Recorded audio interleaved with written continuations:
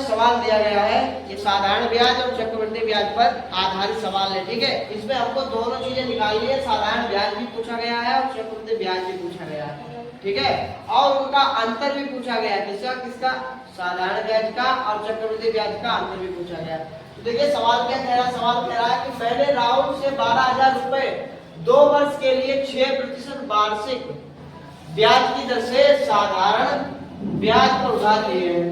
ठीक है, मैंने यह राशि 6% वार्षिक दर से चक्रवृद्धि ब्याज पर उधार ली हुई होती तो मुझे कितनी अतिरिक्त राशि यानी अन्य राशि, साधारण ब्याज के अलावा कितनी राशि भुगतान करना, कितनी राशि का भुगतान करना पड़ता।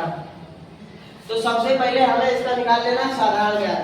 तो यहाँ पर साधारण ब्याज सबसे पहले निकालेंगे एसआई। ठीक है, सिंपल इंटरेस्ट। एसआई निकालने का सूत्र होता है मूलधन गुणे समय गुणे दर बटे में 100 का। इसको जब हल करा तो यहाँ पर आ गए 1440। ठीक है, अब 1440 ये साधारण ब्याज निकल के आ गया। अब हमें इसी राशि पर चक्रवृद्धि ब्याज निकालना है, तो 2 वर्ष का चक्रवृद्धि ब्याज निकालेंगे।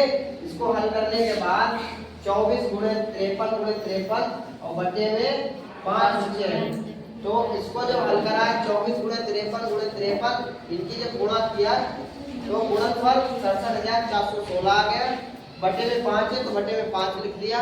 अब 5 से भाग देंगे तो भागफल आ गया है 13,483 रुपया 20 पैसा। अब ये क्या निकल के आया, ये निकल के आया है मिश्र धन। अब हमें निकालना है ब्याज, तो चक्रवृद्धि ब्याज बराबर होता है मिश्र धन माइनस मूलधन। मिश्र धन से मूलधन घटा दिया तो बचे हैं 1483 रुपया 20 पैसा।